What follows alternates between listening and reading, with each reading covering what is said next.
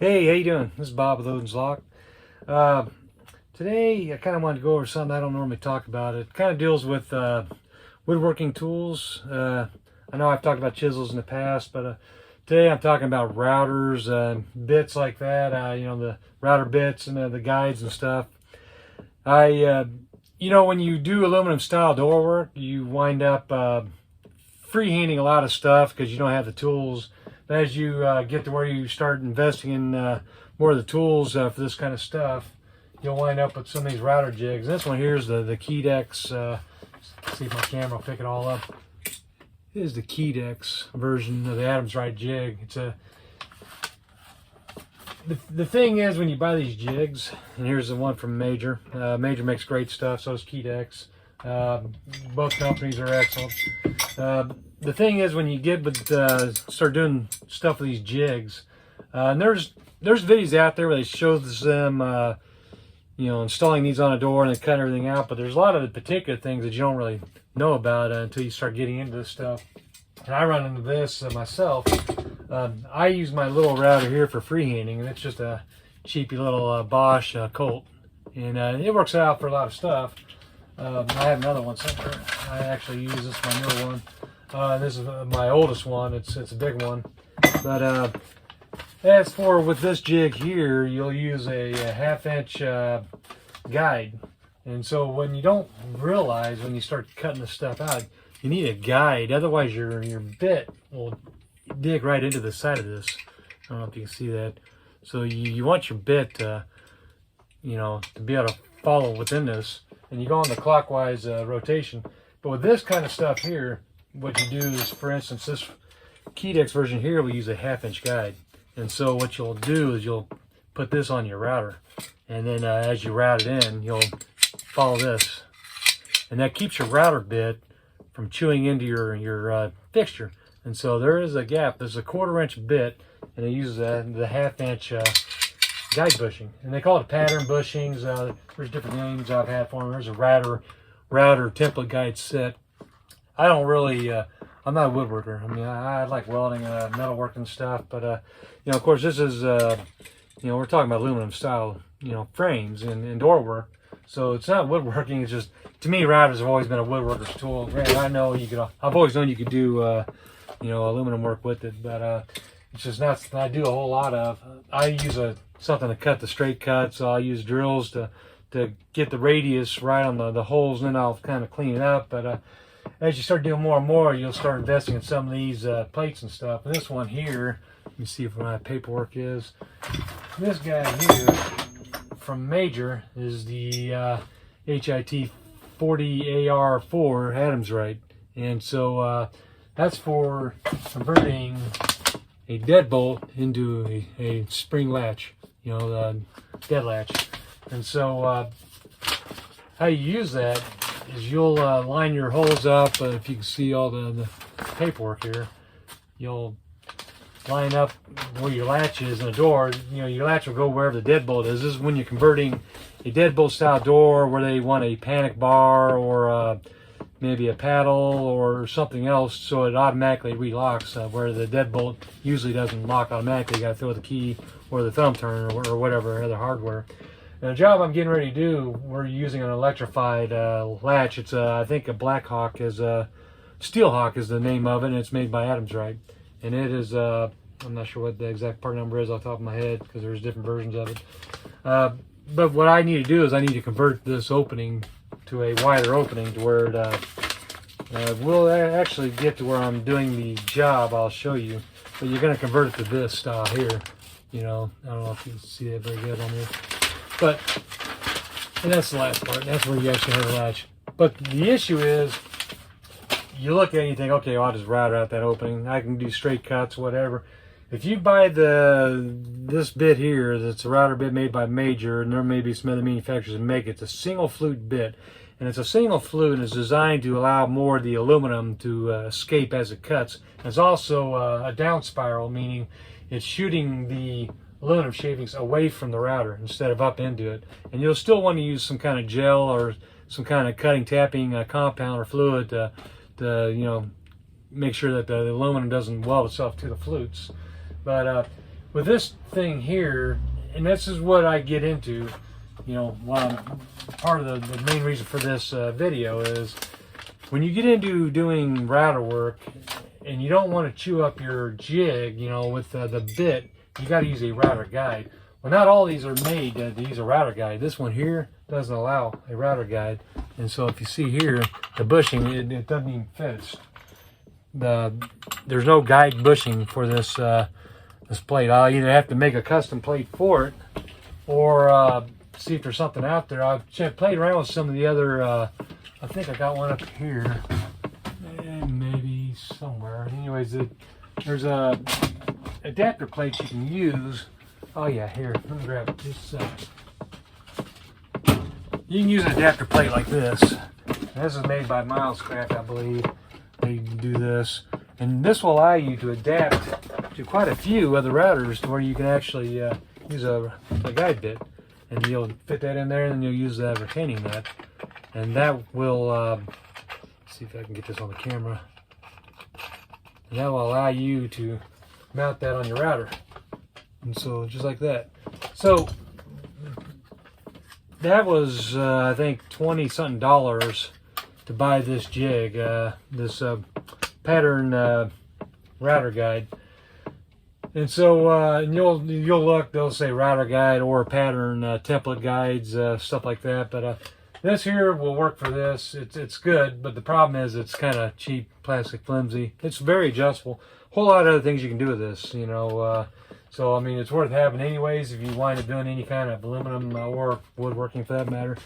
The other side is on Etsy, I was able to find that there was a guy that actually makes a bushing plate for this router here, and I've had this router for, gosh, 20 years, but they make this aluminum plate, and you can't buy it anywhere. Ryobi doesn't make that plate, so, and that just fits right in there. That's all it does. And it fits right in here. Oops, sorry, Gus. And so that fits right in there. Screw it on down, and then your bushing, guide bushing will go inside there, just like that. And you go on ahead and thread that on there. If I can do this on camera, once you put that on there, you can go ahead and run your router guide through there, your router bit. So, but that's part of the thing that when I was starting to buy these jigs, I didn't think about all the extra things you're gonna have to buy to do this. It isn't as simple as throwing a bit in your router and going for it. And you don't want to do something like that anyways, because you'll really tear the heck out of a customer's door. So that's that. And then you can put your bit in there for this one here, it's just like that. And so all that does, that pattern bushing does, is keep your jig from getting chewed out by that router bit. That's all it does. So, and I don't have that screwed in right now, but that was pretty important, because there's other expenses besides buying these jigs, and Major and Keedex both have excellent jigs for their hardware, you know, Adams Rite stuff. This here's a great fixture, and then once you bolt it on there, and you just go on ahead and you'll route out the inner part of the jam, the aluminum jam, and then you'll go on ahead and do the edge last. You know, you'll go deeper on the other part here, but then when you get to the jam itself, you're only going to go about an 1/8 inch. And I'll put some links to some videos. You know, the videos show you how to install these and do route everything, but they don't go into the little intricacies of the router itself as far as using a pattern guide bushing, you know, something like these. And these here I bought on, I actually had to go to Harbor Freight and buy these. And you can get different styles. Milescraft makes them. They have some of these plates and everything just kind of snaps in, you know, and they got plastic with maybe a bronze sleeve. They do have some that were like these, but they were made out of like a steel. But they were like twice the price of the brass. And if you don't, you know, get carried away, you know, or screw up, and this should last a long time, because your router bit's not actually touching any part of this. It's just more of a guide for how these are. So when you're milling that out, you're just following that along.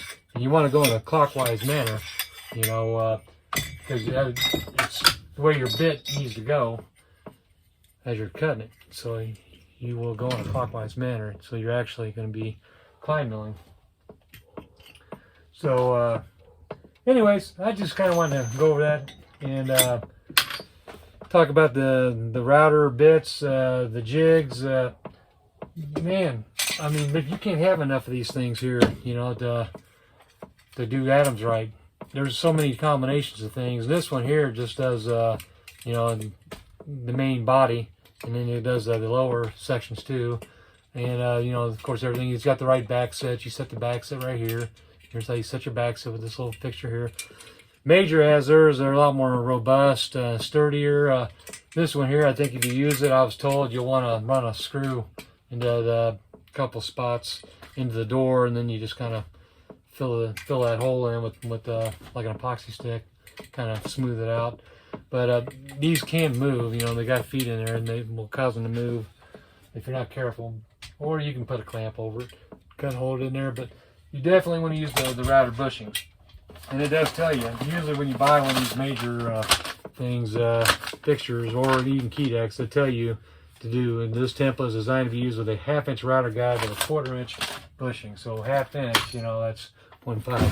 If I'm dropping everything over here, that'd be 0.5. So then you just put that in your plate, and then run your guide in there. Run your router in there, and just pop that in there. So anyways, I haven't had a video in a while. I thought I'd talk about something. As you go down the rabbit hole of aluminum style door work, you know, you start seeing people just throw these fixtures on there, and then they just route them out. But there's, you know, sometimes they need to go a little bit more in depth in this stuff, because if you're getting into this stuff and you're new to doing Adams Rite, you know, where you're doing a swapping out hardware is easy. It's when you got to modify to change the door over to a different style of hardware. I'm using this Stile Hawk spring-loaded latch, and it's electrified.